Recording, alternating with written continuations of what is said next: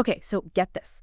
We're diving into all the opinions about The Wolf of Wall Street. Oh, wow. You guys sent us a ton of reviews from IMDb. Yeah. And let me tell you, people have some really strong feelings. It's a fascinating movie, isn't it? Yeah, and that's what we're going to unpack today. Yeah. Not just what people thought, but why they had such strong reactions. Exactly. And one of the first things that jumped out to me is the number of reviewers comparing it to Scorsese's other gangster movies. Oh, really? Like especially Goodfellas and Casinos. Oh, interesting. It's like they're seeing this as Scorsese's take on the mob, but this time it's the guys in suits. Right. Yeah, like the corporate guys. Yeah, and I think one reviewer even called it a gangster film. What did they say? Masked by the thin veil of upper-class corporate swindling. Wow, that's a powerful image. Absolutely. That makes you wonder, are we more willing to tolerate white-collar crime because it's, all dressed up in suits? Right. It doesn't seem as dirty somehow. Yeah. Yeah, less in your face. Yeah. Exactly. And it seems like that's at the heart of the debate that's raging in these reviews because some people are praising it as satire, while others are saying it glorifies this outrageous behavior. It's so interesting. Yeah, it's like people are watching the same film, right, but they're seeing completely different things. It's like two different movies, right? Yeah. That's the beauty of film, though, isn't it? When it sparks these kind of reactions, you're forced to kind of confront your own values about things. Yeah. Well, one reviewer even said, what did they say? At what point does a movie about deplorable debauchery become deplorable debauchery itself? Whoa, that's pretty heavy. It is. And on the other side, you have reviewers throwing around words like brilliant and masterpiece. Yeah. I mean, it's fascinating. It is how divisive this film is. Yeah. And so this leads to another interesting point. Okay. While there's all this debate about the message of the film, there's almost universal praise for DiCaprio's performance. Oh, absolutely. He's incredible. As Jordan Belfort. Yeah, people are saying this is some of his best work. It really is mesmerizing. But his charisma raises another question, doesn't it? What's that? About the film's moral compass? Oh, yeah. Or the lack thereof, right? Yeah, I mean, some reviewers are expressing concern that it seems to revel in the excess and the crimes without offering a counterpoint or showing the victims. Right, they feel like he's getting away with everything. Yeah, one reviewer even said, what was that? Even after the FBI steps in and everything unravels, the guy still can't help making money. That's true. And they went on to say that, in a way, it's actually a very scary movie. It is kind of scary when you think about it like that. It is. It's like suggesting that he just can't help himself. Yeah. He's drawn to this lifestyle. Yeah, and that brings us to another point that keeps popping up in these reviews, even though it's not explicitly mentioned in the scenes they're describing.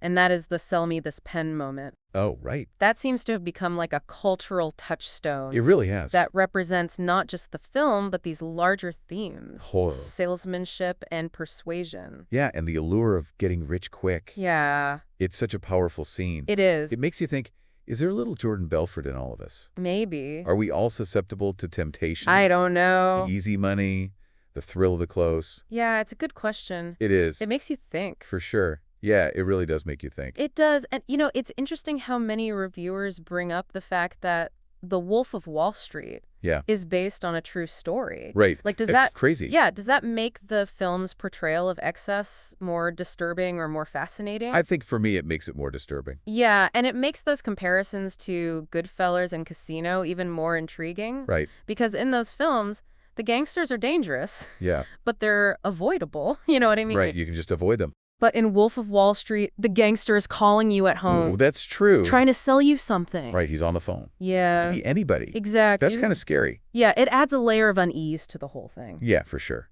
Speaking of unsettling, one reviewer mentioned a scene with DiCaprio driving, and they said, oh yeah, what was that? There is a scene involving him driving carefully that has to be seen to be believed. Oh yeah. And without spoiling anything for those who haven't seen the film, right. What do you think that reviewer is getting at?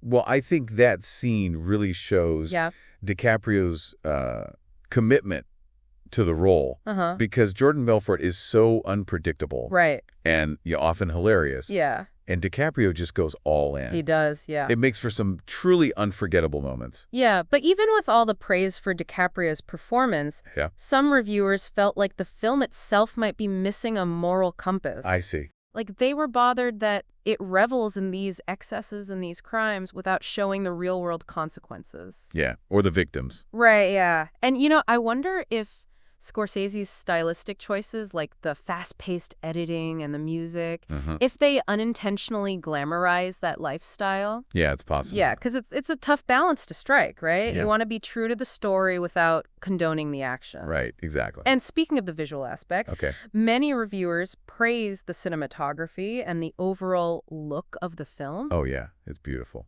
Yeah, one even said, it feels as though... What do they say? It feels as though no one frame is wasted. It's true. Scorsese is such a master filmmaker. He is. And he's so good with the details. Yeah, you feel like you're right there in the middle of it all. Yeah, you get sucked in. Yeah. Experiencing those highs and lows with the characters. And it's not just DiCaprio, though, right? Right. The supporting cast gets a lot of love. Yeah, they're all so good. One reviewer raves about Margot Robbie as Naomi Jordan's wife. Oh, yeah. Saying she's alluring. She is. Which feels like an understatement. Right. What are your thoughts on her performance? Well, I think she's fantastic. Yeah. She brings so much to the role. She's not just a trophy wife. Right. She's also a victim of his manipulation. Yes. But she's also complicit in his lifestyle. Right. Which is really interesting. Yeah. It adds another layer to this whole morality and ambition thing. Yeah, for sure. And then you have Jonah Hill as Dami Azov. Oh, my God. He's so funny. I know. He steals every scene. He does. One reviewer even said... What'd they say? That he...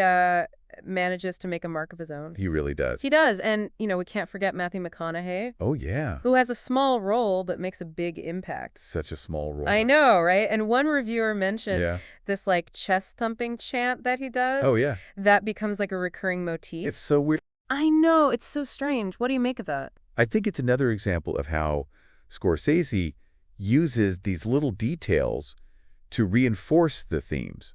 It's like this primal, almost animalistic thing. Yeah. This desire for wealth and power. Right. It's a reminder that beneath all the fancy stuff, yeah, there's this raw desire driving them. Yeah, for sure.